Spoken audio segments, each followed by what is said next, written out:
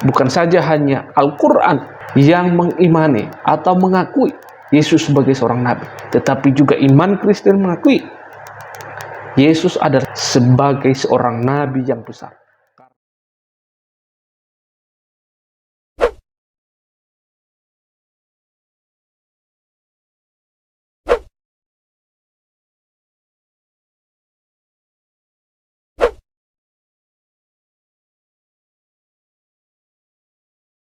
Shalom semuanya, salam damai dan salam sejahtera untuk kita semuanya. Saya menyapa kita semuanya, sahabat Bapak yang baik, dan juga channel YouTube Eman Halawa. Nah, dalam bagian ini kita akan membahas di mana ada begitu banyak komentar yang mengatakan bahwa Yesus bukan Tuhan, tetapi Dia adalah hanya sebatas nabi atau utusan.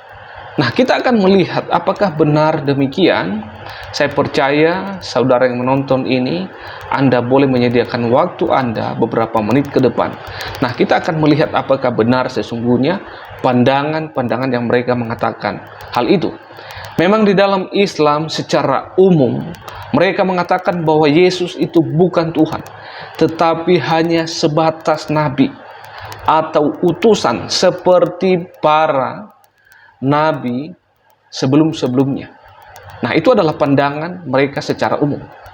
Tetapi kita Kristen, orang Kristen yang sejati, kita beriman 100% bahwa Yesus itu adalah Tuhan.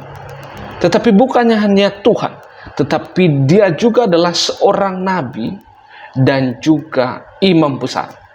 Tetapi ada begitu banyak juga gelar-gelar yang dikatakan kepada Yesus, misalnya Kristus, anak manusia, dan ada begitu banyak yang lain.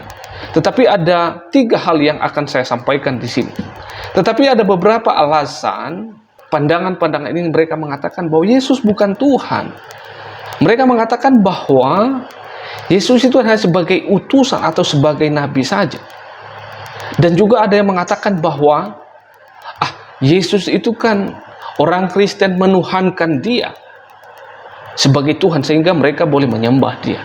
Atau ada juga yang mengatakan bahwa Yesus itu diangkat menjadi Tuhan sehingga orang Kristen pada saat ini mereka menyembah Dia. Apakah benar pandangan demikian?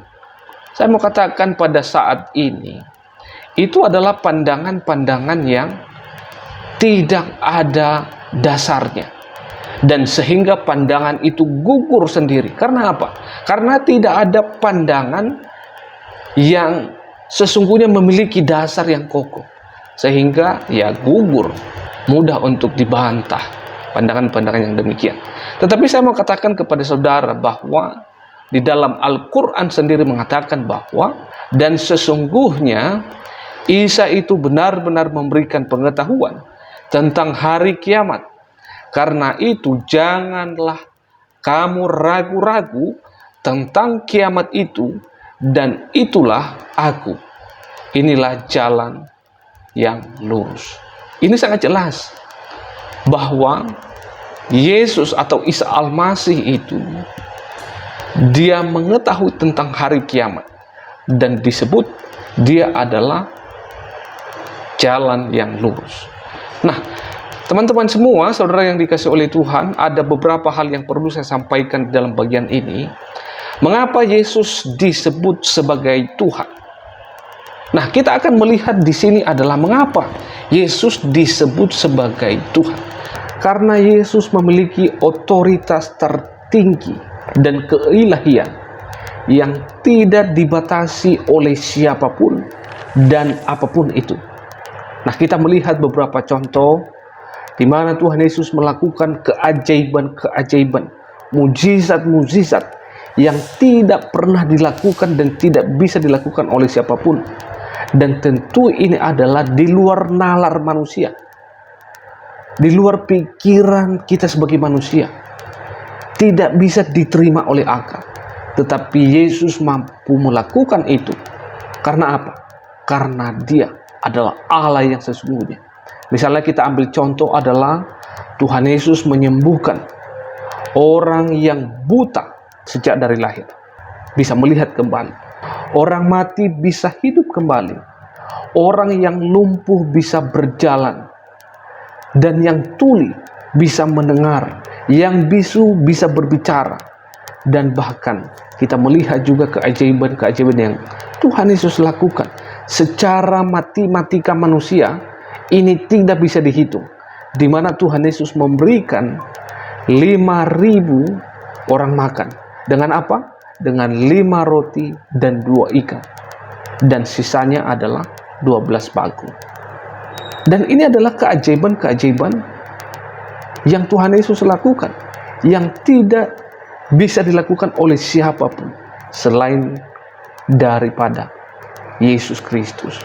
Nah, ini membuktikan bahwa Yesus itu adalah Allah yang sejati, Allah yang tidak dibatasi oleh apapun dan juga siapapun, karena dia memiliki otoritas tertinggi. Nah, dengan demikian bukan saja Yesus hanya sebagai Allah, sebagai Tuhan, tetapi juga iman Kristen mengakui bahwa Yesus sebagai seorang nabi yang besar. Mengapa hal demikian? Karena Yesus adalah penyambung lidah Allah yang memperkatakan, mengajarkan firman Allah lebih daripada semua para nabi sebelumnya. Bahkan dia sendiri yang menjadi penggenapan dari nubuatan para nabi sebelumnya.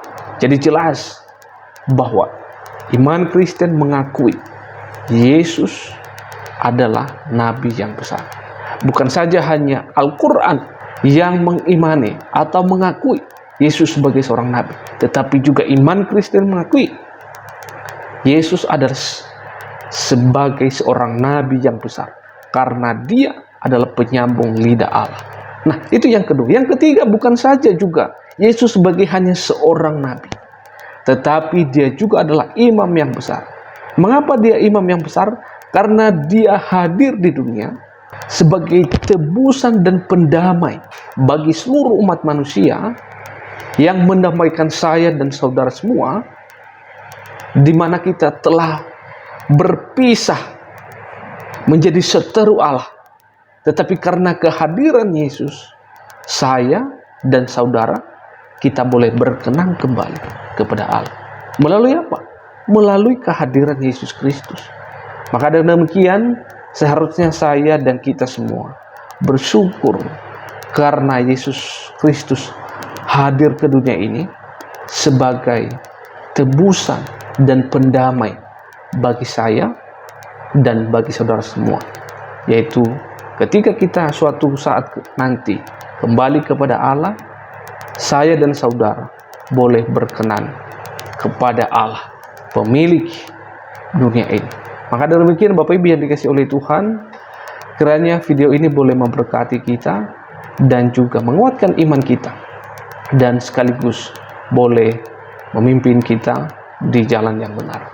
Allah Tritunggal akan memimpin, memberkati kita semuanya. Shalom.